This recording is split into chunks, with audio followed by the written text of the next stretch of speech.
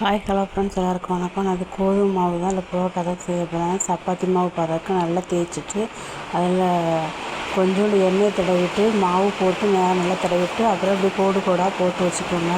அப்புறம் இப்படி லைட்டாக அப்படியே சுருட்டி எடுத்து கொஞ்சம் நீளமாக்கி அப்படியே சுருட்டி வச்சுருங்க. இவ்வளோதான் மெத்தடு. ஈஸியாக செய்யலாம். நீங்கள் மைதா மாவில் கூட இந்த மாதிரி செய்யலாம். புரோட்டா சூப்பராக வரும். நான் செஞ்சு பார்த்தா எனக்கு நல்லா வந்துச்சு.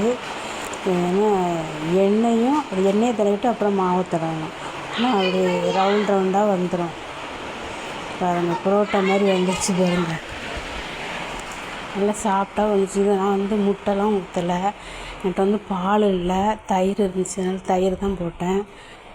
என்கிட்ட பால் இல்லைனால தயிர் போட்டேன். நான் முட்டைலாம் போடலை. வெறும் தண்ணி, உப்பு, அப்புறம் தயிர், அவ்வளோதான். பாருங்கள், நல்லா அழகாக புரோட்டா மாதிரி வந்துருச்சு.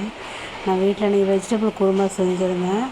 அதனால் சரி நம்ம புரோட்டா மாதிரி செய்யலான்னு சொல்லி புரோட்டா செஞ்சு சாப்பிட்டோம். புரோட்டா சாப்பிட்ணுன்னு ஆசை. கடையில் போய் வாங்க முடியாது.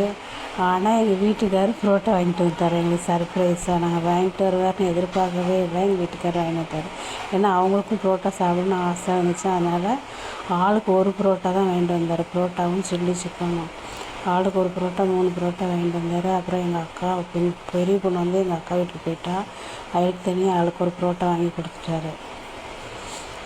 சர்ப்ரைஸாக திடீர்னு புரோட்டா வாங்கி தந்தார். சாப்பிட்டோம். நல்லா இருந்துச்சு. வீட்டில் செஞ்ச புரோட்டாவும் கடையில் செஞ்ச புரோட்டாவுக்கும் வித்தியாசம் இருக்குல்ல. ஒரு புரோட்டா தான் வாங்கிட்டு வருவார். நிறையெல்லாம் வாங்கிட்டு வர மாட்டார். ஆளுக்கு ஒரு புரோட்டாவும் கணக்கு பண்ணி தான் வாங்கிட்டு வருவோம். நாங்கள் எப்போவுமே ஒரு புரோட்டா தான் சாப்பிடுவோம். அதில் எங்களுக்கு திருப்தி ஆயிடும். ஏன்னா அதுக்கு மேலே எங்களுக்கு சாப்பிட்டு பழக்கம் இல்லை.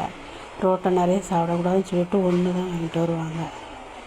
சேனலுக்கு சப்ஸ்கிரைப் பண்ணுங்கள், லைக் பண்ணுங்கள், ஷேர் பண்ணுங்கள், வீடியோ பார்த்து என்ஜாய் பண்ணுங்கள்.